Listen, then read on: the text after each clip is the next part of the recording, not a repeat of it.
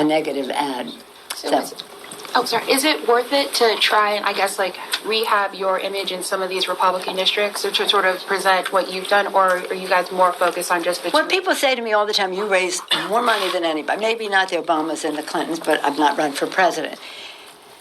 Why don't you spend some of your money on yourself? Go out there and say what you did, this, and this. But, it's just not... Maybe I should, but the fact is, what I want to do is have these members present themselves. Because basically, at the end of the day, that's what people are interested in. Their representative and what their representative is going to do for their district. The Republicans are afraid of that contrast in a race because they're going to go there to be involved in trickle-down economics, shutting down hospitals and the rest of it.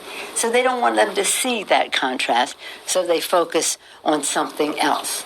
And it's a diversionary tactic. It's a self-fulfilling prophecy. You demonize, and then we call it the wrap-up smear. If you want to talk politics, you call it the wrap-up smear. You smear somebody with falsehoods and all the rest, and then you merchandise it.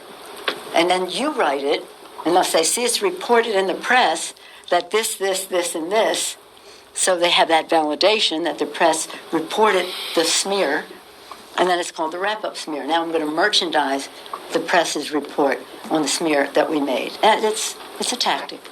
And it's self-evident. But I think I'm worth the trouble, quite frankly. I love the fray. I'm not disrespectful of people's views. I respect any positive things that people want to say, or even negative, as long as it's constructive. But when it's blatantly self-serving and beyond the normal competition that the press so enjoys focusing on, instead of, wouldn't it be better if all the press were focusing on the Senate heartless, mean-spirited bill that hurts seniors and veterans, working families in our country, terrible damage to our children. So I hope that all the people are concerned about our children, concerned about them in terms of these health care bills. But it is an interesting time. It is an opportunity. It's what campaigns are about. I serve at the pleasure of my caucus. My caucus is overwhelmingly supportive of me, and this is not the time. At the end of a 2-year time, we'll see what happens then. And every year, it is a time. Many times I had not really wanted to run again when they called upon me to do so. This time I did.